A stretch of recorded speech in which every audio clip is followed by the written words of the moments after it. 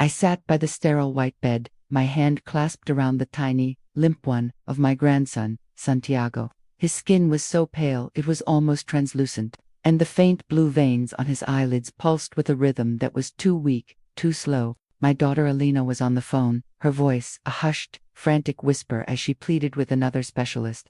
She had called everyone, every doctor, every clinic, every expert. They all said the same thing. We don't know. It's a mystery. We're running out of options. The words were like tiny daggers, twisting in a wound that was already gaping. I watched the rhythmic, indifferent beep of the monitor, each pulse a cold, mechanical mockery of the life fading away in that bed. My heart was a stone in my chest, heavy with a grief that had no words, no tears left to shed. Suddenly, a loud, sharp beep pierced the silence. It wasn't the steady beat of the monitor, but a frantic, high-pitched scream. Santiago's tiny body seized up, his eyes fluttering open and then rolling back. Alina dropped the phone with a clatter, her face a mask of pure terror.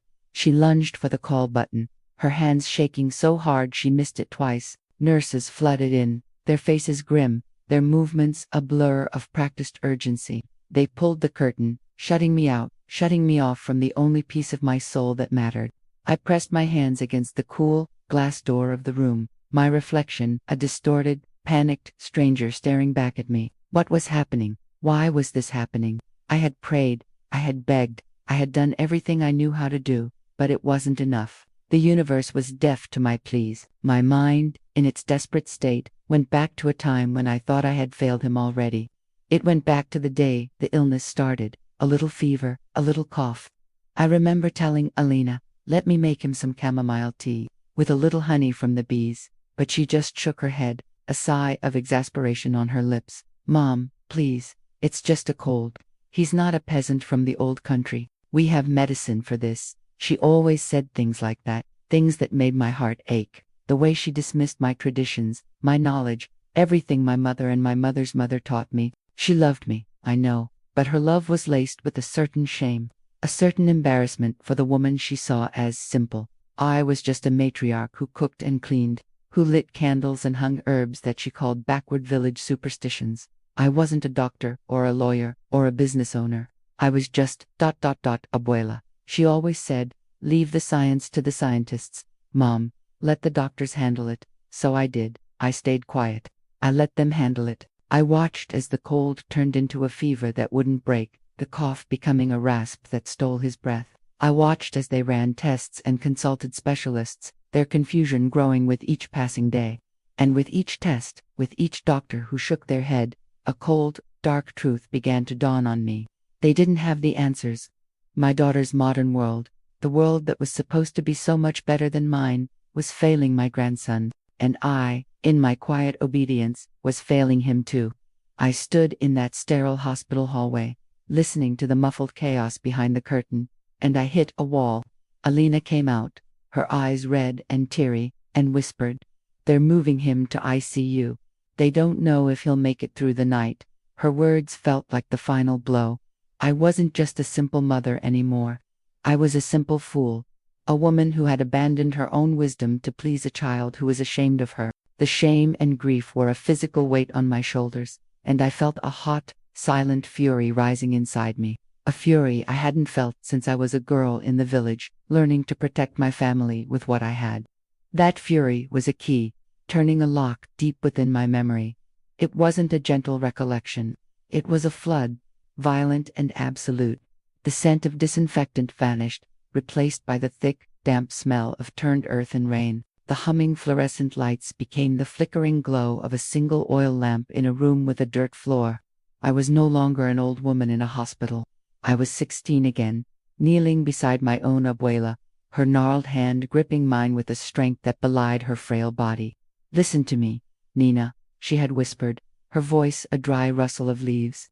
"The world is forgetting. They call it superstition, but the earth remembers.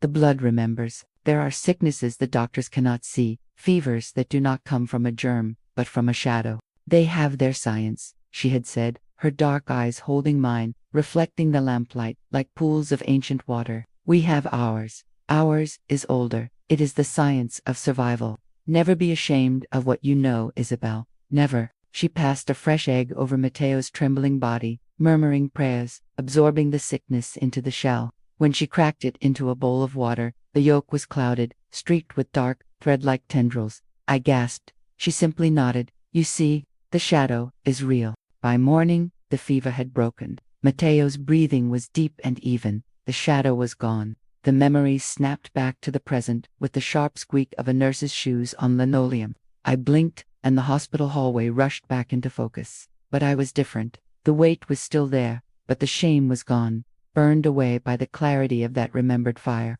My daughter's world, with its gleaming machines and sterile certainty, had failed. It had no answer for this modern shadow stealing my grandson. Alina was sobbing quietly into her hands, a portrait of helplessness. I looked at her, my child, who had traded the wisdom of the earth for the cold comfort of a diagnosis they couldn't even give. She had called my ways simple, but what was simpler than giving up? What was more backward than surrendering to despair? A resolve, cold and hard as river stone, settled in my chest. I would not fail him again. I would not be the quiet, obedient abuela anymore.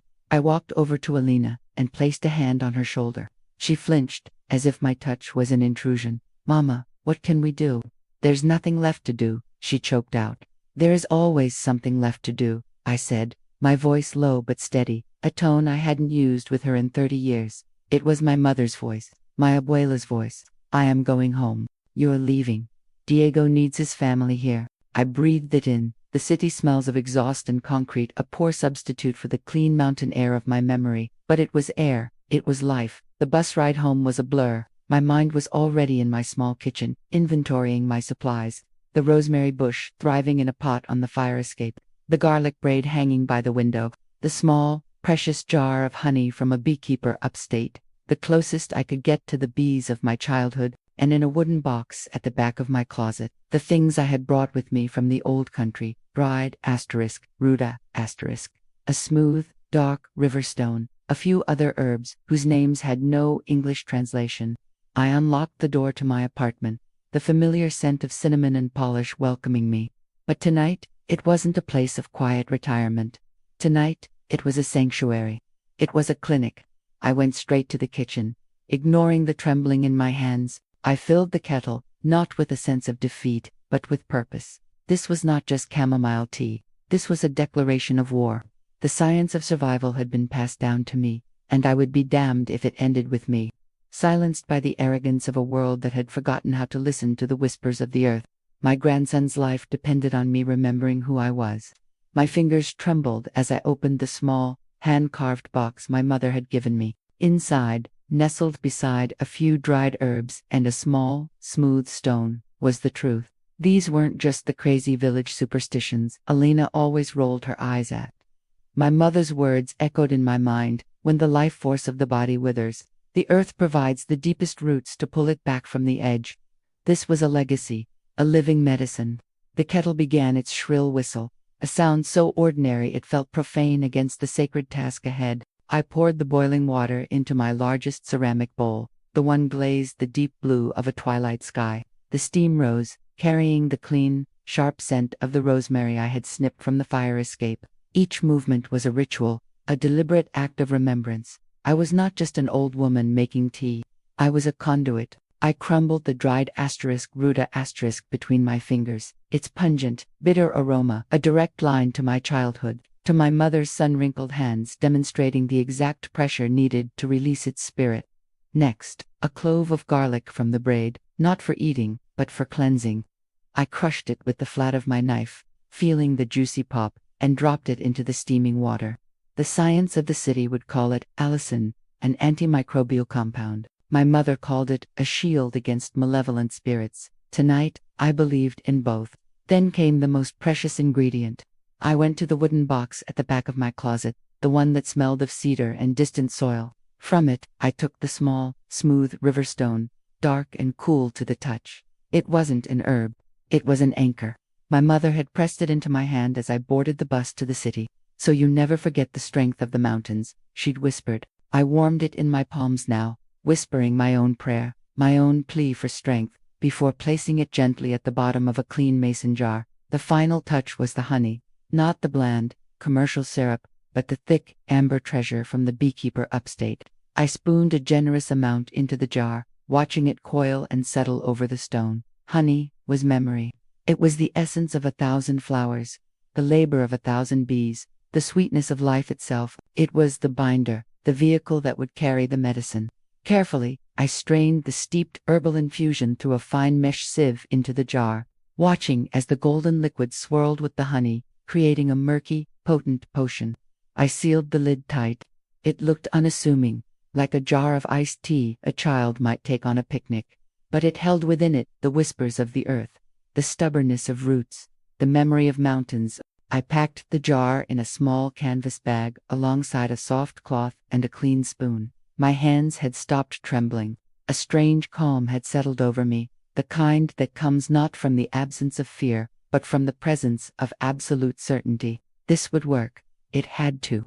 The journey back to the hospital was a reversed pilgrimage. The city lights, which usually seemed so imposing, now felt fleeting and fragile. The honking cars were just noisy insects compared to the silent, enduring wisdom I carried in my bag.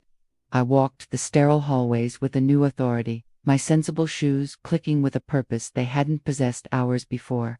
I pushed open the door to Santiago's room. Elena was still there, slumped in the chair, her face pale and etched with a helplessness that broke my heart anew. She looked up as I entered, her eyes red-rimmed and suspicious. "Mama, what are you doing?" "The doctors said not to disturb him. They've run more tests." "Mama, be reasonable." I traced the cloth over his closed eyelids, down his cheeks, along his neck. Each touch was a prayer, an infusion of the strength I had gathered. Elena shot up from her chair. "Stop it. You're going to make him worse. This is insanity. Or is it trusting only machines that beep and men in white coats who have already told us they do not know what is wrong?" Exhaustion and despair finally overwhelmed her resistance. She sank back into the chair, burying her face in her hands, a silent surrender. I returned to my task. I moistened the cloth again and placed it on Mateo's chest, over his heart. I took his small, limp hand in mine and began to massage his palm with a drop of the mixture, feeling for the life pulse beneath the skin. I hummed the old lullaby, the one about the river meeting the sea. For a long time, nothing changed. The monitors continued their monotonous song. Then, just as a sliver of dawn painted the horizon gray outside the window, I felt it. A slight, almost imperceptible squeeze against my finger. My breath caught. I looked at his face. A minute later, his eyelids fluttered. Not fully open, but a tremor, a sign of a dreamer stirring. Elena saw it too. She gasped, leaning forward. "Mateo?" The frantic edge of the monitor's beeping seemed to soften, settling into a more rhythmic pattern. It wasn't a miracle cure. He was still critically ill, but it was a shift, a turning of the tide. I looked at Elena. The suspicion in her eyes had been replaced by a fragile, desperate hope. I dipped the cloth once more and handed it to her. "Here," I said gently. "You are his mother. You cool his feet. Talk to him. He will hear you." She looked from the humble jar to my face, and for the first time in years, I saw not dismissal, but a dawning understanding. She knelt by the bed and began to gently wipe her son's feet, her voice a broken whisper. "Mateo, it's Mama. Come back to me." I held the dried herbs in my hand, my fingers tracing their brittle edges. The sadness that had been crippling me began to dissipate, replaced by a cold, hard resolve. They had called me backward, foolish. They had dismissed me, but they were losing my grandson, and I wasn't. The memory of that first faint squeeze of Mateo's finger was a coal I carried in my chest, a tiny, glowing ember I had to protect from the cold winds of modern medicine and my own daughter's fear. The hospital room, with its bleached walls and humming machinery, was a foreign land, but I was no longer a lost visitor. I had planted a flag. I had staked a claim on my grandson's life with river water and song. Elena stayed by the bed, her voice a soft, constant murmur against the beeping monitors. She was cooling his feet, then his wrists, her movements hesitant at first, then gaining a quiet confidence. She was no longer just waiting, she was participating. I saw her watching me from the corner of her eye, not with suspicion now, but with a searching curiosity, like a child watching someone light a fire for the first time. A nurse came in, a brisk woman with a kind but weary face. She checked the monitors, her eyes briefly flicking over the small bowl of water and the cloth in Elena's hand. "Keeping him comfortable. That's good," she said. her tone professionally neutral. She didn't ask about the faint, earthy scent of rosemary and lavender that now competed with the antiseptic air. After she left, the silence felt different. It was no longer heavy with despair, but charged with a fragile, shared purpose. I moved to the other side of the bed, opposite Alina. I took Mateo's hand again, the one I had massaged. The skin was still too warm, but the terrifying limpness was gone. There was a subtle tension in his fingers, the ghost of a grip waiting to form. "He needs more than just the fever to break," I said, my voice low but clear in the quiet room. Alina looked up, her eyes red-rimmed but alert. "The sickness has a voice. It's whispering to him, telling him it's easier to let go.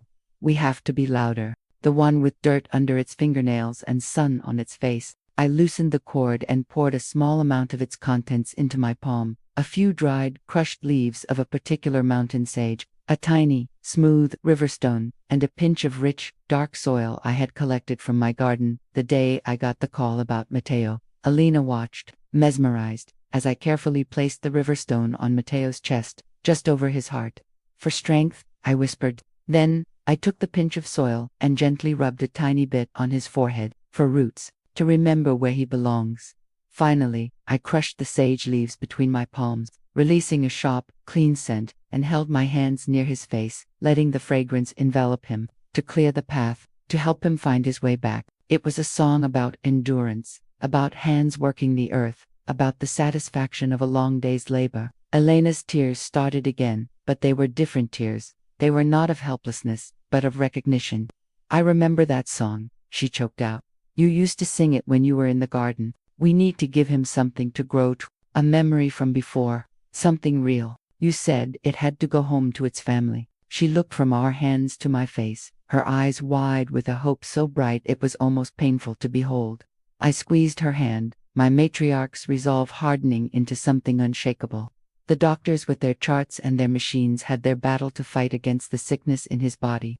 But we were fighting the battle for his spirit, and for the first time since I had entered this gleaming, soulless place, I knew, with a certainty as deep as the roots of the oldest tree in my village, that we were going to win.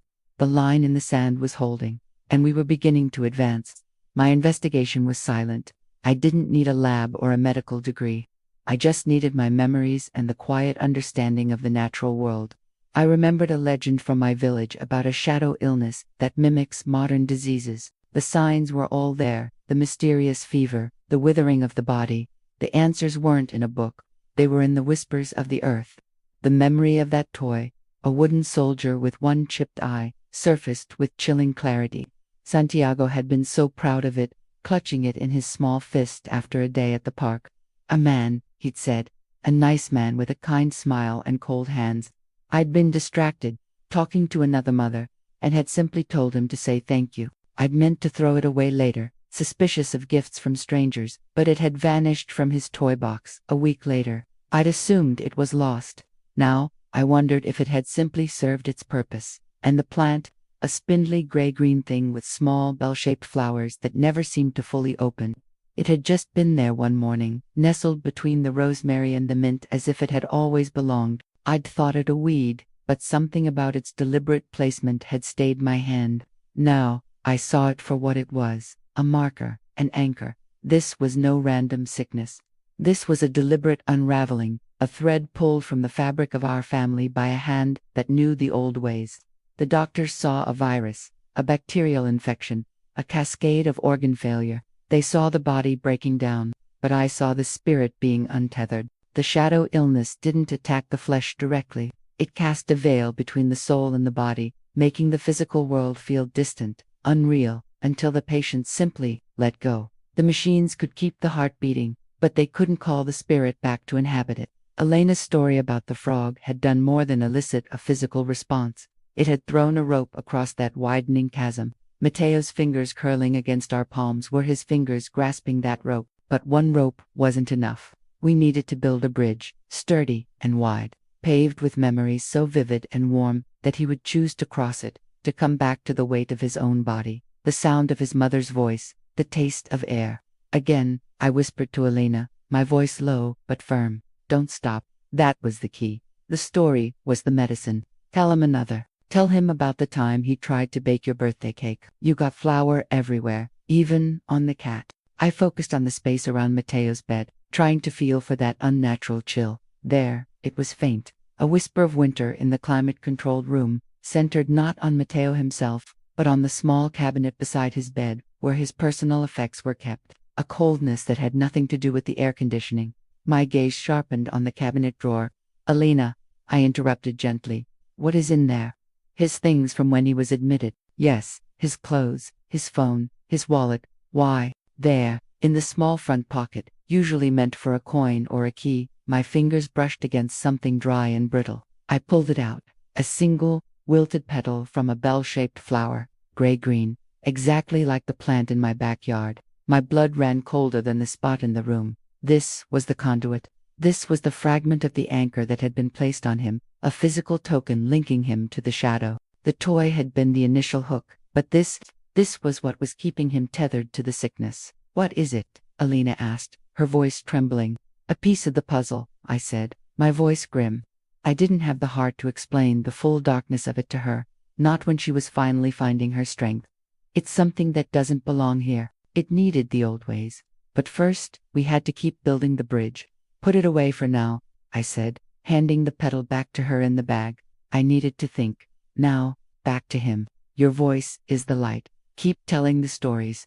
Don't let the silence back in. She nodded, a fierce protectiveness, replacing her confusion. She returned to her chair, took Mateo's hand again, and without missing a beat, launched into a story about his first soccer game. I stood there, the phantom chill of the petal lingering on my fingertips. The doctors were fighting the symptom. We had just found the source. The battle for his spirit had just become a very real, very tangible war. And I knew, with a sinking certainty, that the man in the park wasn't just a stranger. He was an enemy, and he had left a trail I now had to follow back into a past I thought I had long escaped.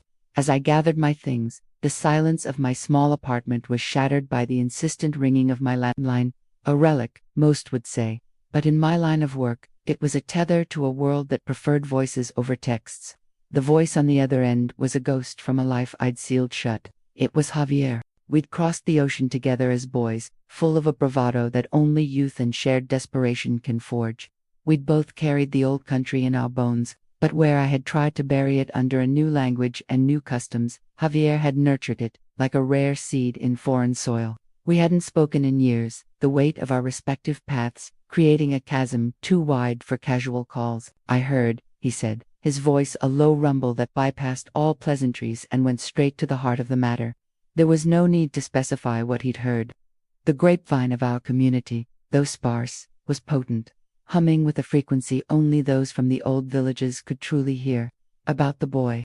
Your blood. That was the language of this new world, a language he'd never fully adopted. Instead he said, I have what you need. The statement was absolute, a stone dropped into a still pond. He didn't ask for my plan, didn't question the nature of a sickness that could baffle white-coated doctors. He understood. The man in the park, the shadow, the tethered object, it was a grammar we both knew. Where? I asked, my own voice gruff. I'll come to you. He simply handed me a small, hand-stitched leather pouch, no larger than my palm.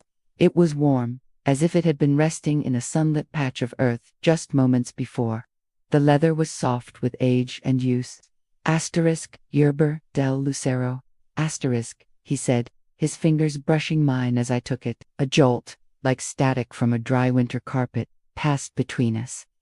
And, Haiz Disamba, I've been cultivating them. The soil here is reluctant, but they remember. They listen. These weren't just herbs, they were echoes. Yerba de Lucero star herb was said to bloom only under the clearest night skies. Its roots, drinking in starlight, raised a somber shadow root, was rarer still, a tuber that grew in the deepest forest shade, a thing of paradox that could bind what was unraveling. Finding even one was the work of a lifetime. Cultivating both was a testament to Javier's quiet, profound power. This wasn't a gift, it was an arsenal. Javier, his knowing nod was a silent recognition of a fight he had long expected me to face. We stood there in my sterile apartment, two old men surrounded by the ghosts of a homeland that had never truly released us. In that moment, the chasm of years closed. We were boys again, whispering about things that lurked in the shadows of the village oak. Things our parents warned us never to name.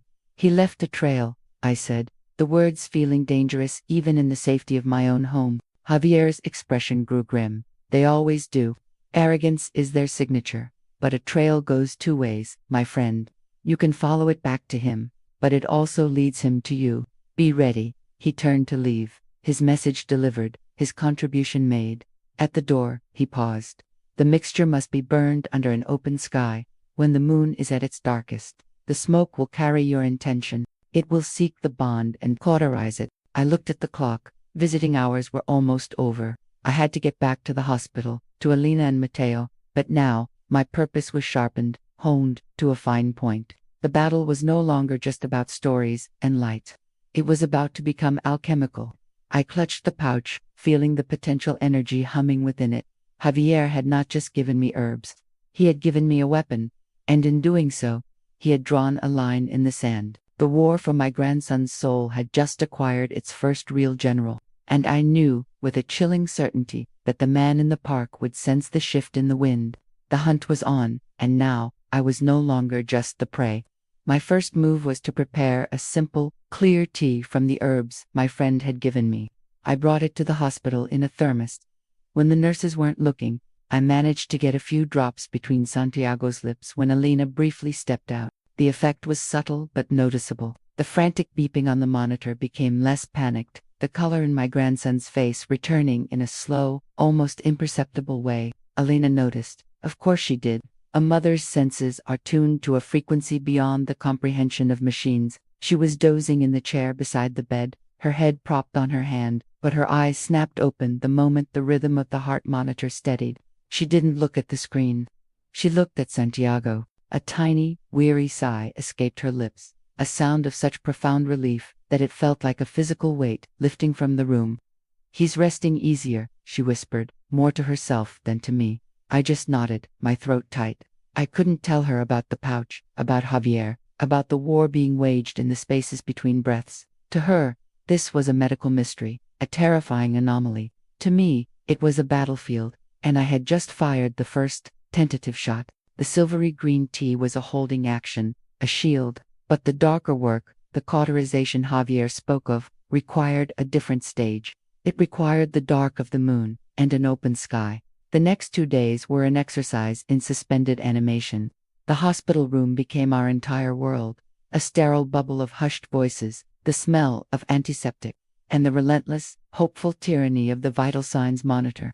Santiago's condition stabilized, but he did not wake. He was trapped in the no man's land between, and I could feel the wilted petal in my pocket like a cold, dormant ember, waiting. I spent the hours telling him stories, not the old, gentle fairy tales, but new ones. I spun tales of clever roots that could purify poisoned wells, of brave winds that scoured shadowy corners clean, of grandmothers who were far more than they seemed. I was building a fortress in his mind, brick by narrative brick. The night of the dark moon arrived, cloaked in a thick, low-hanging cloud cover that smothered the city's ambient light. The air was heavy with the promise of rain. I told Alina I needed a walk, some air to clear my head. She barely looked up from stroking Santiago's hair, her own exhaustion a palpable force in the room. "Don't you belong, Mama?" she murmured. I drove to the edge of the city, to a scrubby, neglected park that overlooked the sprawling glow of the metropolis. It wasn't the pristine wilderness Javier might have preferred, but it had what I needed: open sky and solitude. The wind whipped across the hilltop, carrying the scent of wet concrete and distant traffic. I felt exposed, a solitary figure on a dark stage. This was it, the line in the sand. My hands trembled as I knelt on the damp grass. From my bag, I took the small cast iron cauldron I used for mulling wine during the holidays. Mundane object repurposed for the arcane. I arranged a small pile of kindling inside it, my movements clumsy. I was a writer, a storyteller, not a witch, but the story demanded this of me now.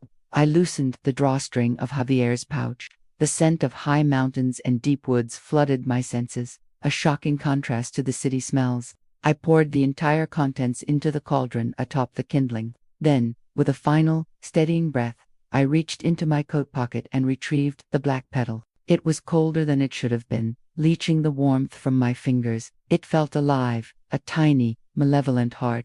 "This is for Santiago," I whispered to the wind, and I placed the petal on top of the silvery green herbs. The match flared, a sudden, defiant star in the overwhelming dark. I touched it to the kindling. It caught, sputtered, and then the herbs themselves seemed to ignite with a soft humph of sound. The smoke that rose was not gray, but a deep, iridescent silver, thick as liquid. It didn't dissipate into the air. It coiled upward in a tight, purposeful spiral, defying the wind that tugged at my hair and coat. I focused all my will, all my intention, as Javier had instructed. I wasn't just burning leaves. I was burning a bond. I pictured the thread of darkness connecting that man in the park to my grandson, a vile umbilical cord. I imagined the silver smoke seeking it out, not as a gentle healer, but as a searing brand. Cauterized. The word echoed in my mind, a brutal, medical prayer. I poured every ounce of my love for Santiago, every fear, every ounce of my fury, into that spiral of smoke. Let it find the bond, let it burn it shut. The iron pot tipped over, scattering burning embers across the grass. The silver spiral shattered into 1,000 dissipating threads. In the same instant, a searing pain lanced through my own chest, a hot, sharp agony that stole my breath. It was gone as quickly as it came, leaving behind a phantom ache and a terrifying certainty. It had worked, and he had felt it. As I frantically stamped out the glowing embers, my phone vibrated in my pocket. My heart hammered against my ribs. It was the hospital. I fumbled the phone to my ear, my voice a ragged croak. "Alina." It was no longer the casual, predatory interest of before. This was a focused, intelligent gaze, cold and sharp as a needle. The trail, as Javier had warned, went two ways. I had cauterized the bond to save my grandson, but in doing so, I had just sent up the brightest possible signal flare, announcing my location, my defiance, my power. The hunt was indeed on, and the prey had just become the hunter. My daughter noticed the change but attributed it to the doctor's hard work. They were baffled by Santiago's sudden improvement, but documented it as an unexplained remission. The head doctor, a man named Dr. Evans, continued to dismiss my questions about environmental causes, though with less certainty than before. "We're just glad he's responding to treatment, Mrs. Garcia," was all he would say. His previous arrogance tempered by the mystery of the recovery. A medical mystery. The phrase was a blanket they used to smother the inexplicable, to maintain their illusion of control. I let them have it. Their smug certainty was the perfect camouflage for the truth that was now a cold stone in my gut. While they celebrated their accidental triumph, I moved through the sterile white halls of the hospital with a new, sharp-edged awareness. Every flicker of a fluorescent light, every sudden draft from a ventilation shaft, made my heart stutter. That needle-sharp attention I'd felt on the hill hadn't left me. It had simply pulled back, becoming a constant, silent pressure at the base of my skull. The hunter was patient. He was assessing his prey. Santiago's recovery was as rapid as his decline had been. The color returned to his cheeks within days, and the terrifying vacancy in his eyes was replaced by the bright, curious gaze of a 7-year-old. But it wasn't the same. A new wariness lived there now, a shadow I recognized. He would sometimes stop in the middle of playing, his little body going rigid, his head cocked as if listening to a sound only he could hear. "What is it? Mijo. I asked him one afternoon.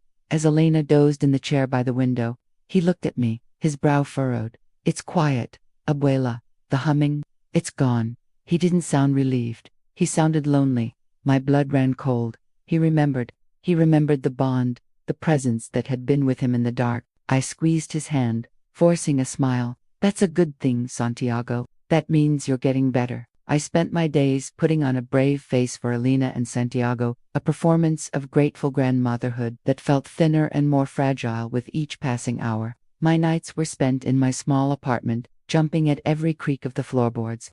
My sleep haunted by dreams of a silver spiral unraveling into 1,000 searching threads. A week after the ritual, the first sign came. Not a dramatic confrontation, but something small, insidious. I found a dead crow on my windowsill. It wasn't mangled by a cat or fallen from a great height. It lay perfectly intact, as if placed there, its black eyes dull and vacant. Tucked under its wing was a single, withered petal from a flower I couldn't identify. the color of a fresh bruise, a message, a calling card. It was an act of precision, not violence, a reminder that I was seen, known, and that the entity I had challenged possessed a terrible, refined sentience. I disposed of the bird with trembling hands, my mind racing. This wasn't a monster that roared from the shadows. It was one that whispered, that left gifts of decay. The rules of this hunt were not the rules of the natural world. The next day, I went to the public library, seeking not answers about folklore, but about the city itself. I buried myself in historical archives and old land surveys.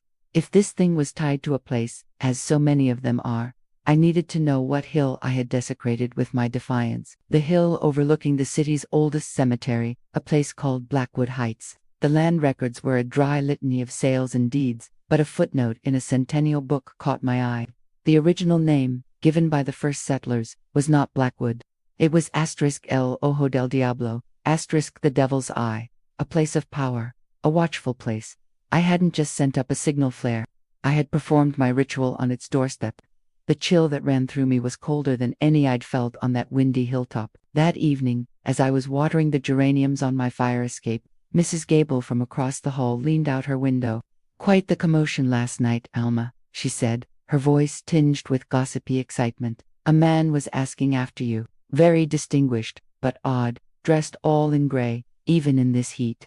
Said he was an old friend of the family. He had the most remarkable eyes." She shivered, though the evening was warm, almost silver, like old coins. "He said he'd find you another time." The hunt had moved from the metaphysical to the mundane, and the prey was now cornered in her own home.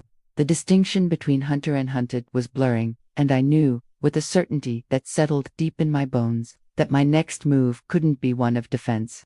I had to learn who, or what, was dressed in gray and possessed eyes the color of tarnished silver. The time for hiding was over. I told them I was going home for a few hours to rest, and they didn't question me. That was my chance.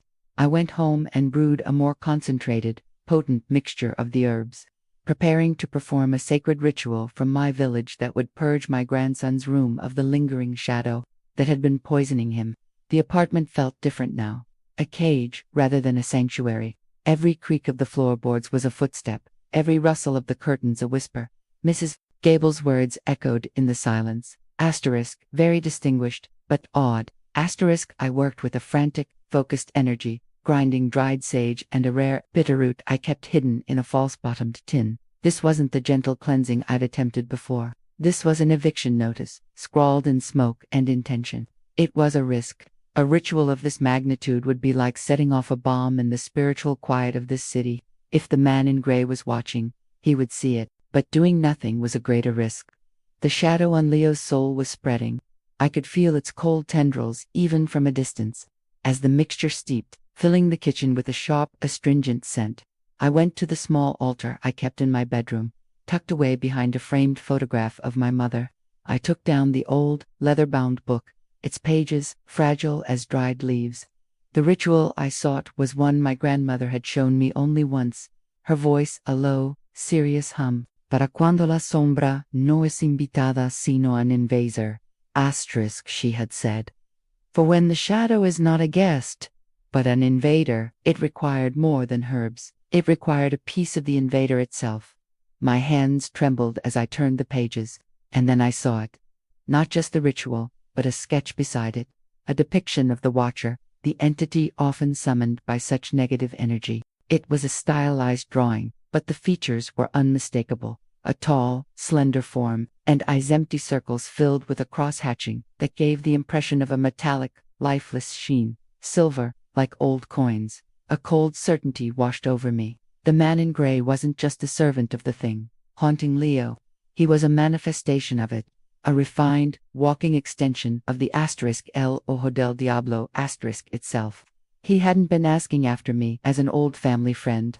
He'd been taking a census, cataloging his property. I finished the brew, pouring the dark liquid into a small, sealed ceramic jar. I gathered other supplies, a knife with a handle of rowan wood, a spool of red thread, a handful of black salt. Each item felt heavier than the last, weighted with purpose and dread. I changed into a simple, dark dress, something unassuming. I was just an old woman going back to the hospital to sit with her grandson. Nothing to see here. The walk back was a study in surreal tension. The bright afternoon sun baked the pavement, children laughed in a sprinkler, and the mundane world carried on, blissfully ignorant. Yet every person I passed felt like a potential mask. Was that mailman a little too still? Did the woman waiting for the bus turn her head just a fraction too slowly to watch me pass?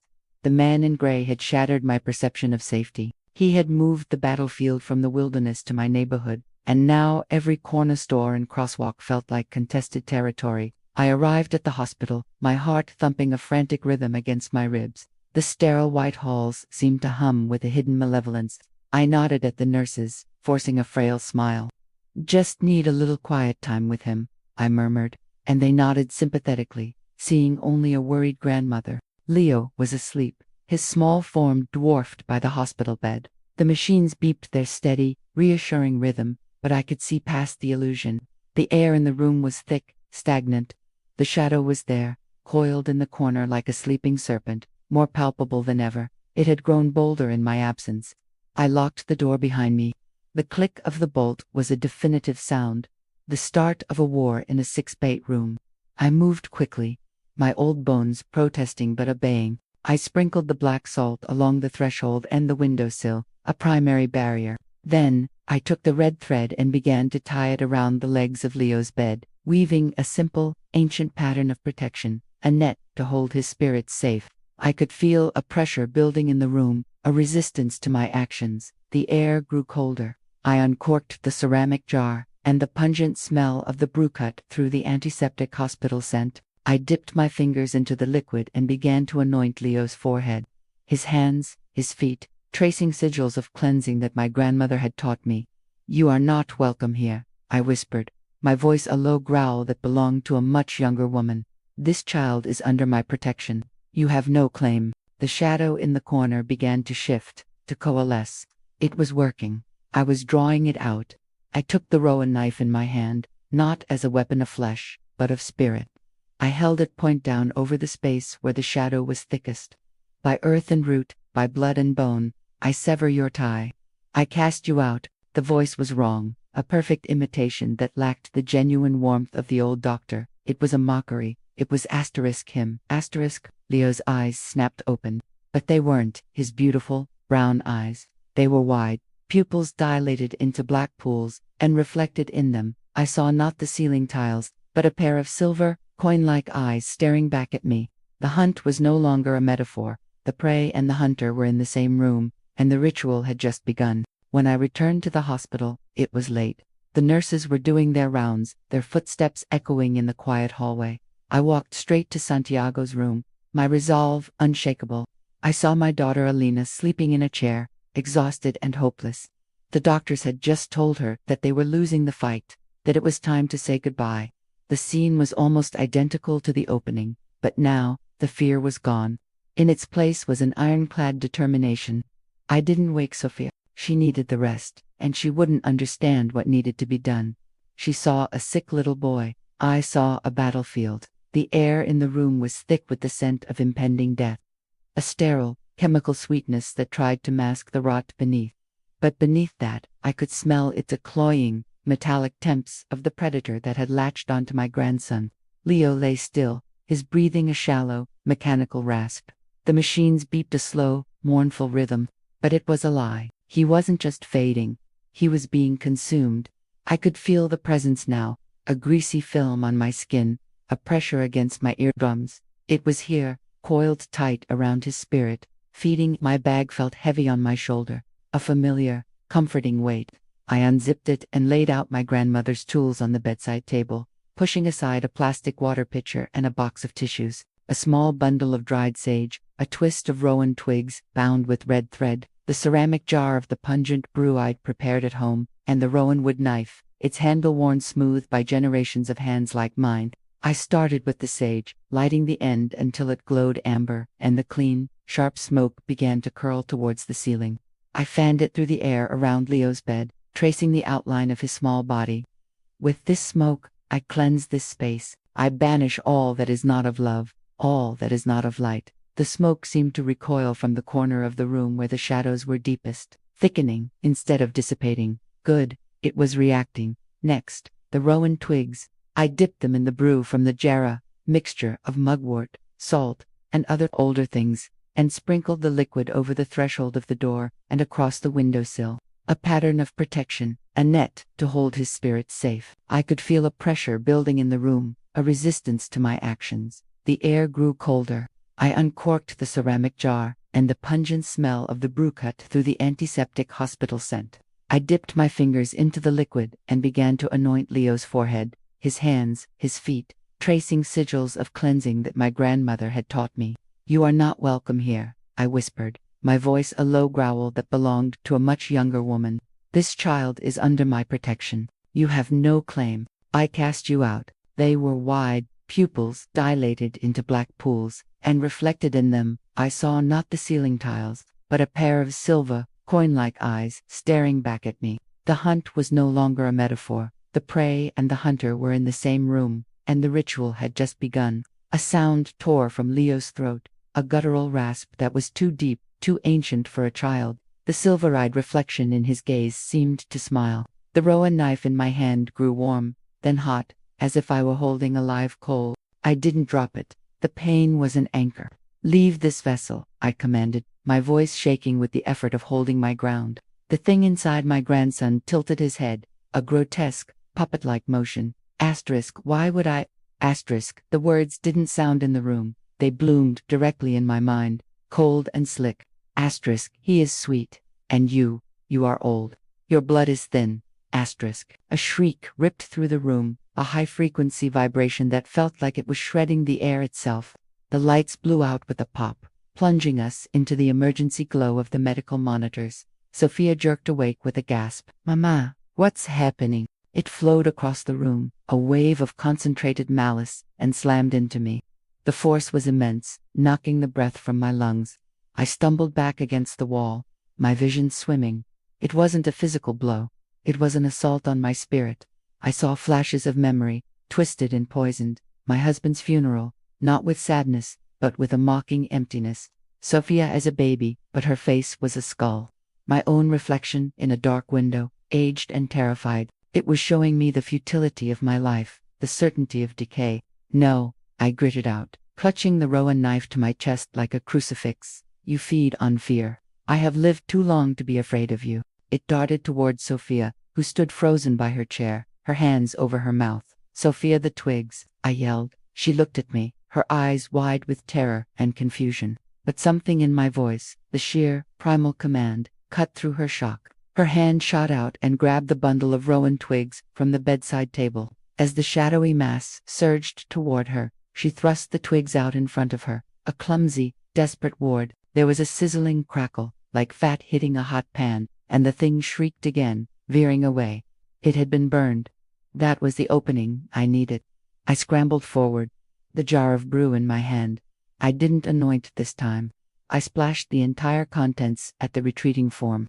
The liquid hung in the air for a moment, a shimmering, pungent cloud, and then it ignited with a sound like a thunderclap, consuming the shadow in a flash of silent, white-hot light. The pressure vanished. The cold lifted. The room was suddenly, profoundly quiet, save for the steady, strong beep of Leo's heart monitor. His chest rose and fell in a deep, natural sleep.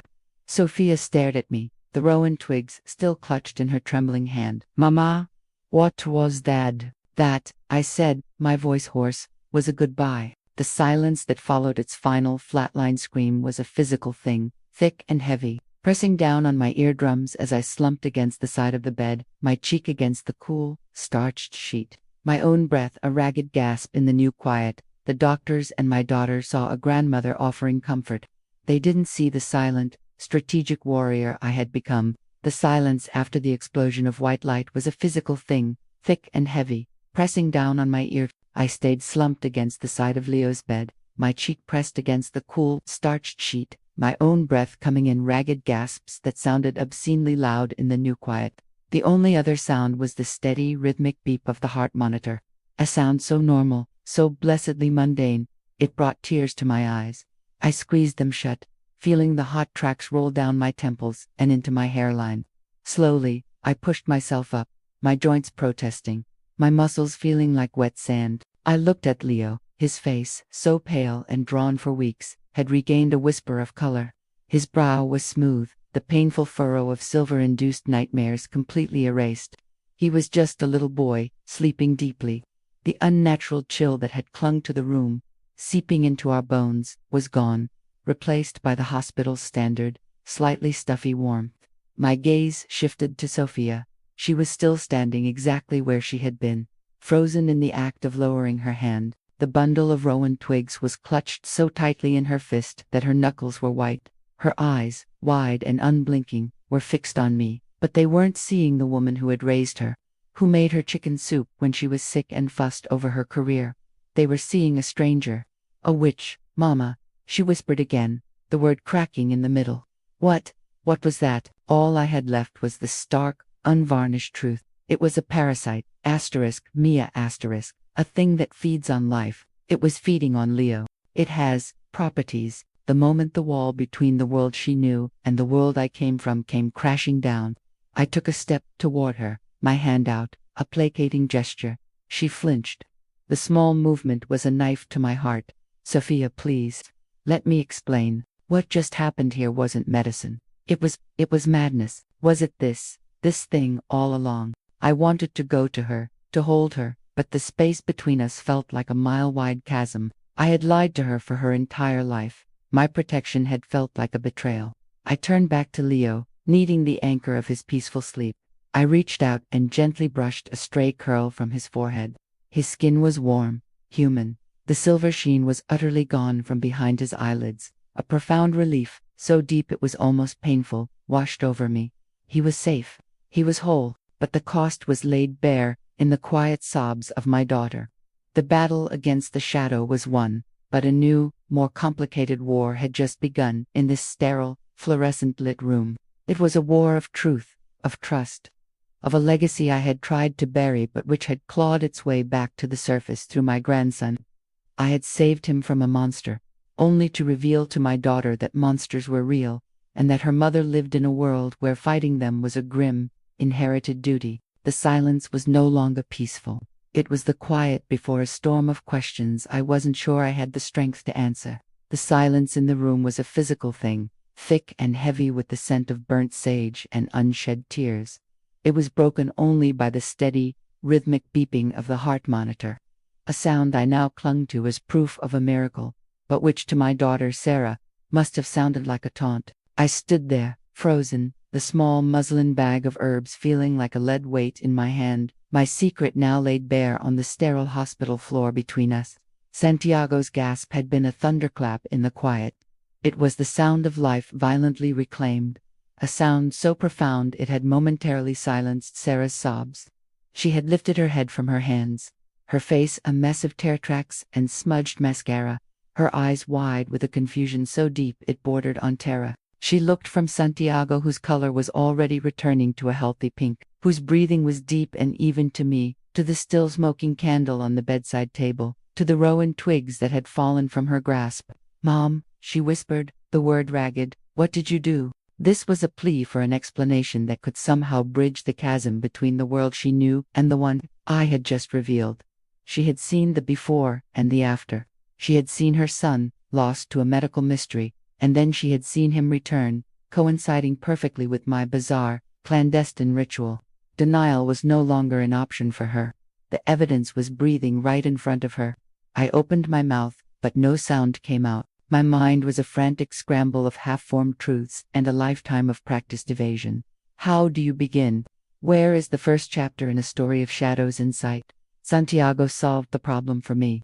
His eyelids fluttered, and he let out a soft groan. "Abuela," he murmured, his voice hoarse from disuse, but undeniably his eyes, clear and free of the sinister silver sheen, found mine. He offered a weak, sleepy smile. I had a bad dream. She was still sitting, her body rigid with shock. She was watching me comfort her son with a method she didn't understand, in a language of comfort that suddenly seemed foreign to her. "The dream," Santiago continued, his brow furrowing as he tried to grasp the fading memory. "There was a tall shadow in the corner. It was cold. It kept calling my name in a whisper." His eyes drifted past me, towards the corner of the room where the entity had been thickest. It was empty now, just a clean, well-lit hospital corner. But he had seen it, he had felt its cold. The sight was in him, as undeniable as the color of his eyes. Sarah made a small, strangled sound. A shadow, she repeated, her voice trembling. The doctors, they said he was hallucinating from the fever. They said it was a symptom. It wasn't a fever dream, Sarah. The identity I had worn like a suit of armor for 30 years. It had been my camouflage, my way of blending into a world that wanted nothing to do with the whispers in the dark. I had buried the part of me that knew about rowanwood and sage smoke. The part that had learned from my own mother how to spot the clinging darkness and how to scour it clean. I had buried it so deep I'd almost convinced myself it was a dream. But legacy has a way of skipping generations, of finding a vessel when it's needed. Santiago's eyes were growing heavy again, the natural sleep of recovery claiming him. I gently squeezed his hand and turned slowly to face my daughter. The mile-wide chasm between us felt infinite.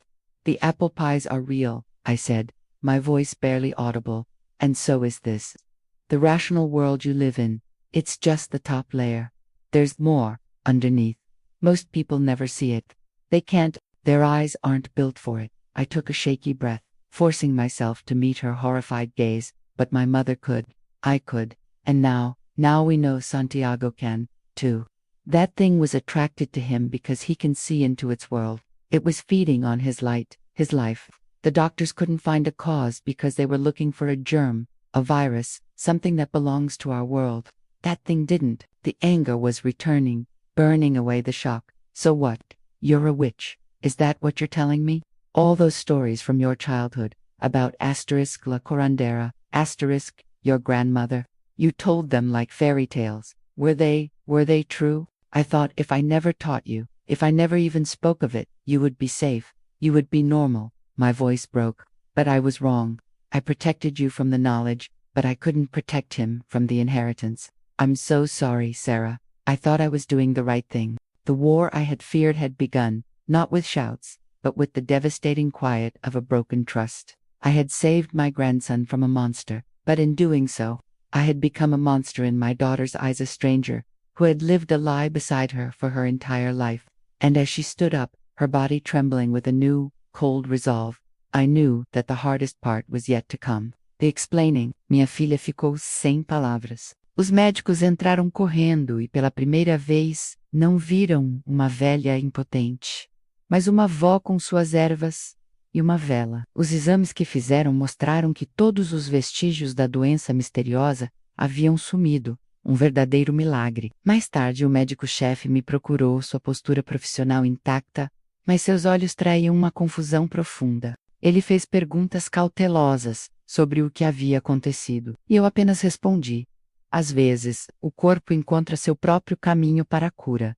O silêncio que se seguiu não foi de vitória, mas de reconhecimento do desconhecido. Eles tiveram que aceitar os limites de seu entendimento. E naquele espaço, eu não encontrei triunfo, mas uma solene responsabilidade. But their shattered arrogance was a small, hollow victory. The real war was just beginning, and it was waged in the silence between Sarah and me. She stood there, a statue of cold fury, as the doctors buzzed around Leo, their voices a mix of professional confusion and awe.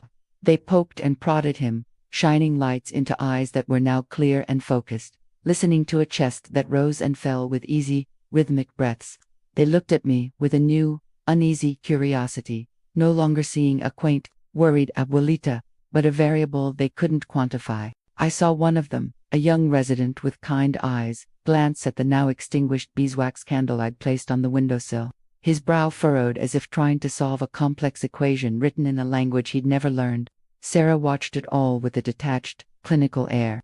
She answered the doctor's questions in monosyllables, her arms crossed tightly over her chest, a defensive barrier I knew was meant for me.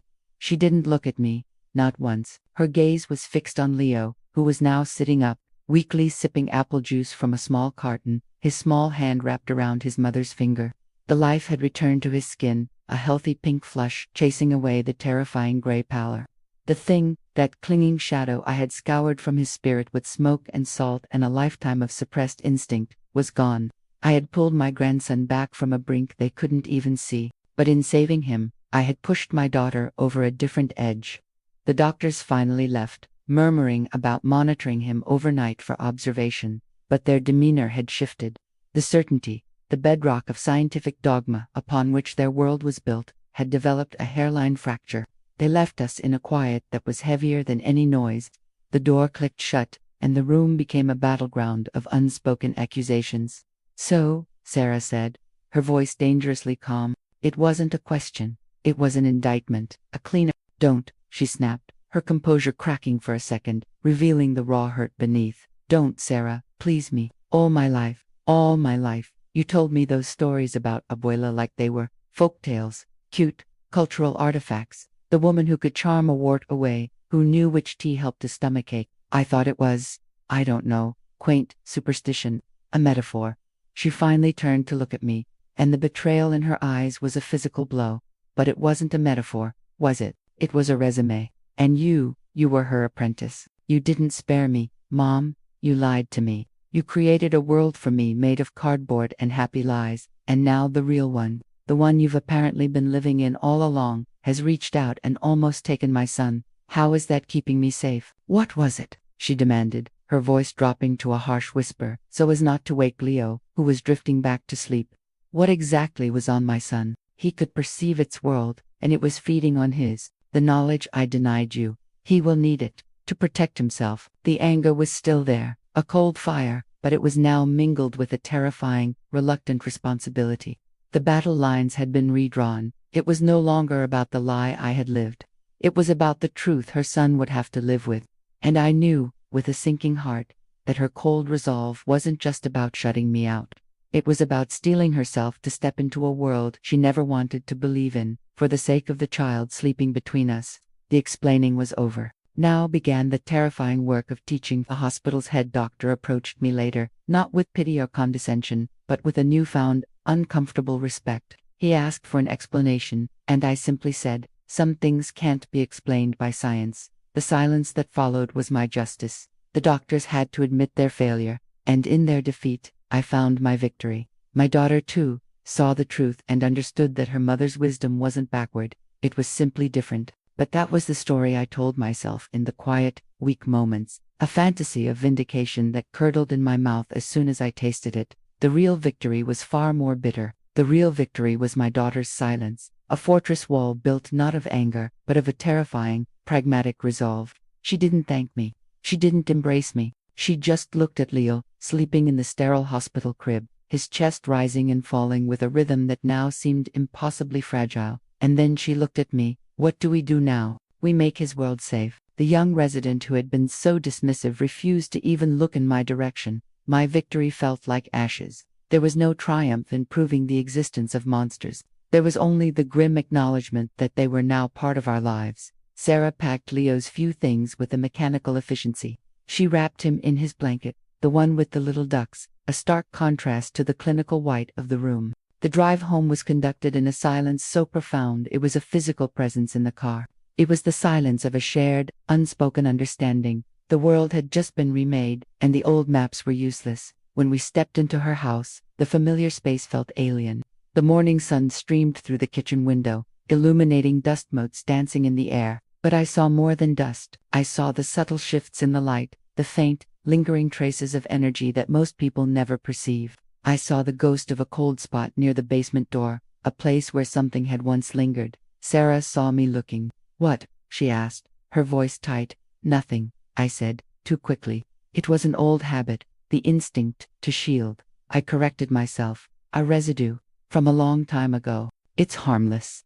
I walked to the door and placed my palm flat against the wood frame, muttering a few words of cleansing. I hadn't spoken in decades. The air warmed almost imperceptibly. Sarah watched, her arms crossed, her expression unreadable. "You'll have to teach me how to do that," she said.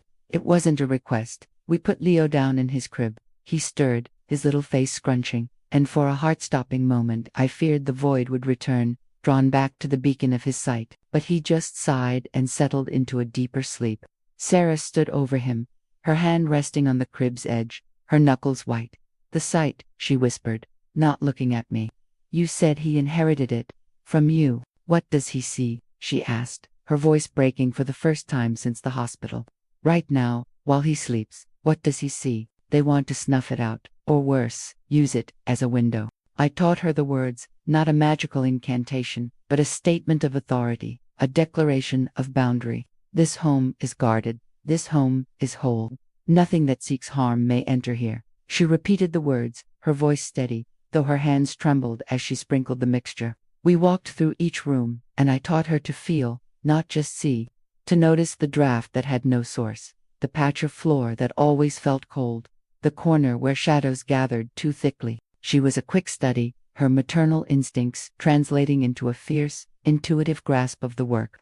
This wasn't about belief anymore. It was about utility. It was about building a fence around her child. By late afternoon, the house hummed with a new, subtle energy, a ward of love and will. Leo woke up and she lifted him from the crib. He looked around, his wide, perceptive eyes seeming to take in the changed atmosphere. He didn't cry. He simply nestled his head against her shoulder and let out a contented gurgle. Sarah looked at me over the top of his head. The cold fire was still in her eyes, but it was banked now, a tool rather than a weapon. The battle lines had been redrawn. All right. They now ran directly through her living room. Tomorrow, she said, her tone leaving no room for argument, you will tell me everything. Not just the how, the why, the what else is out there. All of it. The drive from her house to my apartment was silent, but it was a different silence than before, filled with unspoken questions and a dawning recognition of a world she never knew existed. Matteo slept in his car seat, his breathing a soft, peaceful rhythm, a sound I hadn't realized was missing until it returned.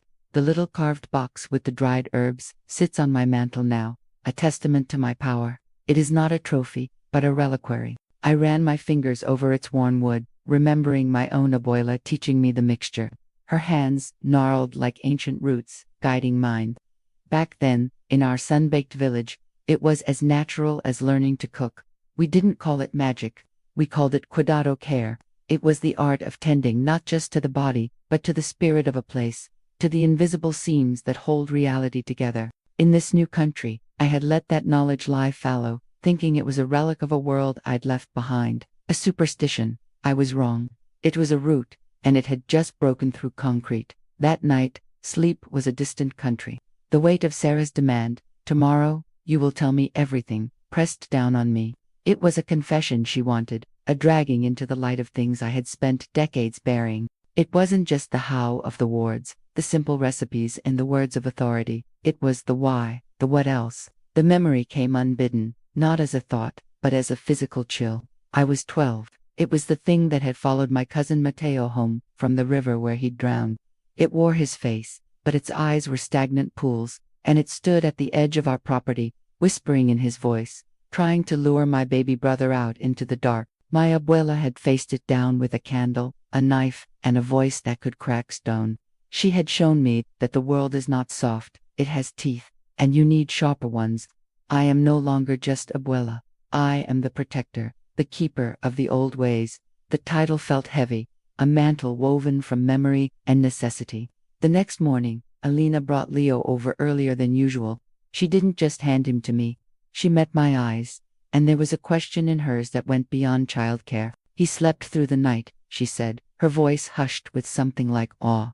For the first time since, for the first time, I simply nodded, taking the baby into my arms. He felt different, lighter. The invisible weight that had been clinging to him was gone. We sat in my small kitchen, the morning sun streaming through the window. I made café de olla, the scent of cinnamon and piloncillo, filling the room, a familiar anchor.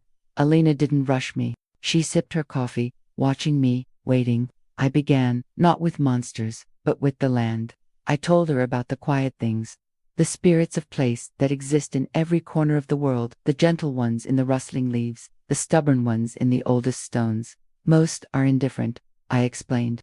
But harm, true malice, attracts other things. It feeds them. It creates a stain, a beacon. What had been in her house was not a ghost, not a person's spirit gone wrong. It was a parasite, drawn to the fear and vulnerability surrounding a new mother and an innocent child.